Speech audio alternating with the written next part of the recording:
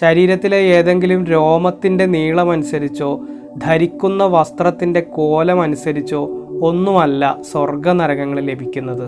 സ്ത്രീകളുടെ ശരീരം മുഴുവൻ ഔറത്താണെന്നും അത് കാണുക വഴി പുരുഷന്മാർക്ക് ലൈംഗിക ഉണർവ് ഉണ്ടാക്കുമെന്നും അത് മൂടിപ്പുതച്ചാണ് ജീവിതകാലം അത്രയും ജീവിച്ചു തീർക്കേണ്ടത് എന്നുമുള്ള തത്വം യഥാർത്ഥത്തിൽ പൗരോഹിത്യം സൃഷ്ടിച്ച ഒരു വലിയ ചതിയുടെ ഭാഗമാണ്. സ്ത്രീയെ പുരുഷന്റെ ലൈംഗിക ദാഹം തീർക്കാനുള്ള ഒരു ഭോഗവസ്തുവായി മാത്രം കണ്ടിരുന്ന ഇരുണ്ട കാലഘട്ടത്തിലെ ദുരാചാരങ്ങൾ ഇന്നും ദൈവകോപം ലഭിക്കുമെന്ന് പറഞ്ഞ് ഭയപ്പെടുത്തി കൊണ്ടു നടക്കുന്നതിന് പിന്നിലെ അജണ്ടകൾ മാത്രം പഠിച്ചാൽ ഈ പറയുന്നതൊന്നും ദൈവികമല്ലെന്നും പൗരോഹിത്യത്തിന്റെ വെറും ജൽപ്പനങ്ങൾ മാത്രമാണെന്നും തിരിച്ചറിയാൻ വളരെ എളുപ്പത്തിൽ സാധിക്കും.